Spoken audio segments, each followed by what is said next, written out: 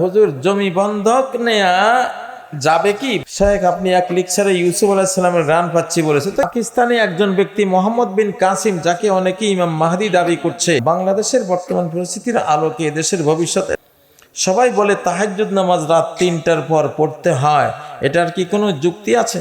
হিন্দু মেয়েকে বিয়ে করার ফজিলত, কোনো মুসল্লি যদি একদম অশুদ্ধ তেলাওয়াতকারী ইমামের পিছনে নামাজ আদায় করে, তাহলে সেই মুসল্লি যদি পরবর্তী ওয়াক্তে ইমামতি করে, তখন তার পিছনে আমার নামাজ হবে কিনা? আমরা কয়েকজন বন্ধু মিলে মানুষের দান করা অর্থ দিয়ে সুদমুক্ত এনজিও প্রতিষ্ঠার চিন্তা ভাবনা করছি। আমাদের প্রশ্ন হলো, এই দান থেকে আমরা কি কোনো বেতন গ্রহণ করতে পারবো?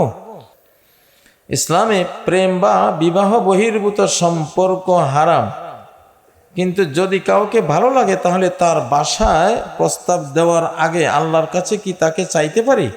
সুপারি চাষ বা খাওয়া যাবে কিনা?